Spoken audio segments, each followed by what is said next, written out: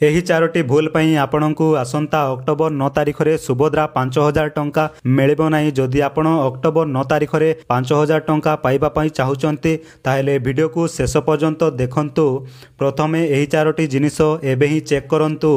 ପ୍ରଥମ ବିଷୟଟିଏ ହେଲା, ଯଦି ଆପଣଙ୍କର ବ୍ୟାଙ୍କ ପାସବୁକ୍ ସହିତ ଆଧାର ଡିବିଟି ଲିଙ୍କ ନାହିଁ ତାହେଲେ ଏବେ ହିଁ ଲିଙ୍କ କରି ନିଅନ୍ତୁ।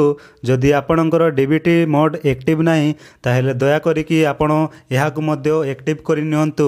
ଦ୍ୱିତୀୟ ବିଷୟ ହେଲା, ଆପଣଙ୍କର ସୁଭଦ୍ରା ଆପ୍ଲିକେସନ୍ ଷ୍ଟାଟସ୍ ଆପଣଙ୍କର ଅଣ୍ଡର ପ୍ରୋସେସ୍ରେ ତ ନାହିଁ, ଏହା ମଧ୍ୟ ଆପଣ ଚେକ୍ କରି ନିଅନ୍ତୁ।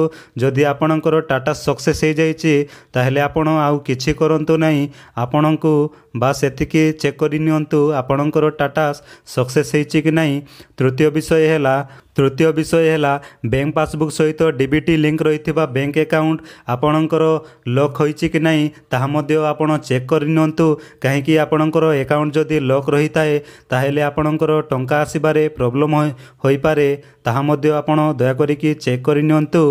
ଚତୁର୍ଥ ବିଷୟ ହେଲା, ଯଦି ଆପଣଙ୍କର ଗୋଟିଏରୁ ଅଧିକ ବ୍ୟାଙ୍କ ପାସବୁକ୍ ଅଛି ଯେମିତିକି Utkal bank, bank of Baroda, Punjab national bank, SBI, ତାହେଲେ ଆପଣ ଅକ୍ଟୋବର 9 ତାରିଖରେ ସୁଭଦ୍ରା ଟଙ୍କା ଯେତେବେଳେ 5,000 ଟଙ୍କା ଚଢ଼ିବ ତାହେଲେ ଆପଣ ସବୁ ବ୍ୟାଙ୍କକୁ ଥରେ ଚେକ୍ କରାଇ ନିଅନ୍ତୁ।